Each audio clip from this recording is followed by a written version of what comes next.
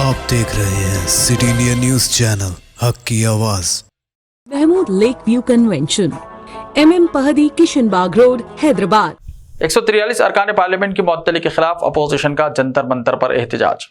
India इत्तेहाद के 143 अरकान parliament की मुअत्तली के फैसले के खिलाफ अपोजिशन जमातों ने जंतर मंतर पर एहतजाज किया। इस दौरान राहुल गांधी ने मरकज की मोदी हुकूमत पर सख्त निशाना लगाया। राहुल ने पार्लियामेंट की सिक्योरिटी में कोताही और वीडियो शूटिंग जैसे मसाइल पर भी मरकजी हुकूमत को घेरा। उन्होंने कहा कि जब पार्लियामेंट में दरअंदाजी होती थी तो बीजेपी मेंबरान असेंबली भाग जाते थे।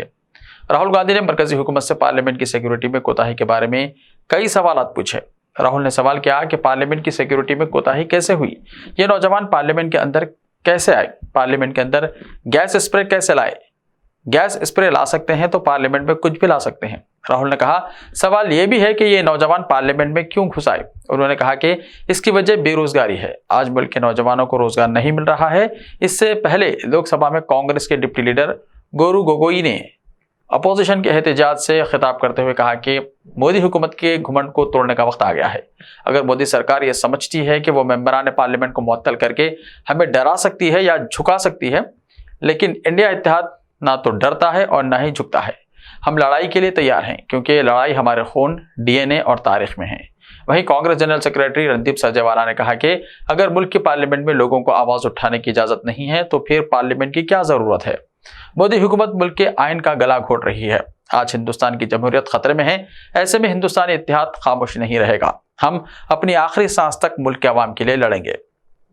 आज मोदी जी हर एक को दोहरा रहे, हमारे कार्यकर्ताओं को जहां कहीं इलेक्शन आता है उनको ईडी का डर, CBI का डर, इनकम टैक्स का डर। अरे कितने डराते हो। अरे ये अपोजिशन पार्टी कांग्रेस ये डरने वाली नहीं है, झुकने वाली नहीं है। अगर आप कितनी भी कोशिश करो, आप मोदी साहब आप कितनी भी कोशिश करो हमको मिट्टी में दबाने की, हम बीज है, बार बार उठने की आदत है हमको। हम तो तुम दबाने की कोशिश करते हो तो हम उठते हैं और देश को बचाने के लिए, संविधान को बचाने के लिए, लोकतंत्र को बचाने के लिए हम सब एक होकर लड़ रहे हैं। मुझे खुशी है कि सारे अपोजिशन के नेता एक हो गए हैं। अब जब सब लोग एक होते हैं तब अकेला मोदी कुछ नहीं कर सकता। और मोदी जी को इतना घमंड आया है, इलेक्शन से पहले ही कहते हैं कि 400 सीट जीतेंगे। तो क्या मतलब भाई, 400 सीट जीतने का क्या है तुम्हारे पास? इतने पॉपुलर तो नहीं है, क्योंकि मैं देखा हूं जब कर्नाटक में आए हर जगह फिरे, गली गली फिरे, हार के आए। तेलंगाना में गली गली फिरे, हार के आए। हिमाचल में गली गली फिरे, हार के आए। ऐसी क्या बात है? तो आप पहले ही कह रहे मैं 400 सीट लाऊंगा। अरे आपको जो जनता आपको सत्ता में बिठाई है वो जानती है कि आपको सत्ता से कैसा बाहर निकालना, नीचे गिराना। आज आप सभी जानते हैं कि ज़्यादा विस्तार में कुछ बोलने की ज़रूरत नहीं है। हम लोग सब यहाँ पे आए हैं और पूरे देश भर में ये विरोध प्रदर्शन हो रहे हैं। जो कत्लेआम हो रहा है हमारा जनतंत्र का, 150 के करीब पार्लियामेंट मेंबर का सस्पेंशन कभी सुना नहीं इतिहास में। और इस तरीके से सस्पेंड करने का मतलब है कि अगले बार अगर जीत के आएंगे तो पार्लियामेंट भी रहेगी या नहीं रहेगी, उसके ऊपर एक प्रश्न चिन्ह है।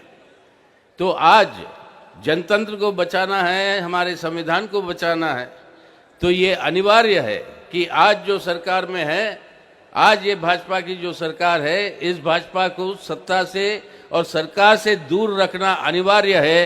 तभी अपना भारत को हम बचा पाएंगे और उसी संकल्प लेने हम यहाँ पे आए हैं। हम आज हमारे भारत और संविधान को बचाएंगे और ये बचाने का काम हमारे संविधान का पहला शब्द क्या है? हम लोग, यानी देश की संप्रभुता हमारी है, यानी लोगों की।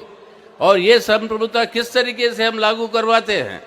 हम चुनते हैं हमारे प्रतिनिधि और वो प्रतिनिधि बनाते सरकार की जवाबदारी है पार्लियामेंट को और एमपीओ की जवाबदारी है लोगों को।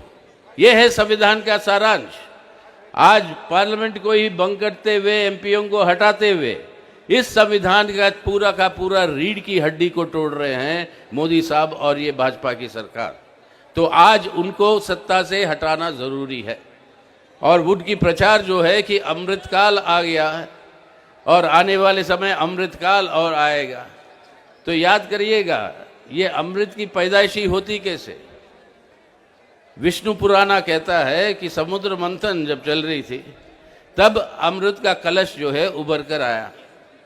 सब लोग बैठे हुए थे कि उसको हासिल करने के लिए, और पहला ये अमृत का कलश चले जाता है गलत लोगों के हाथ में।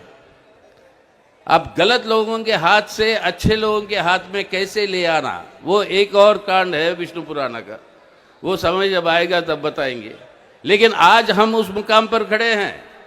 अमृत आज गलत हाथों में है।